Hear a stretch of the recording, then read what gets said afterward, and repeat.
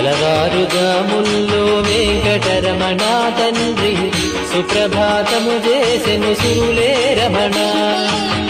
పంచామృతములతో వెంకటరమణ తండ్రి నిత్యాభిషేకములే నిత్యము రమణ.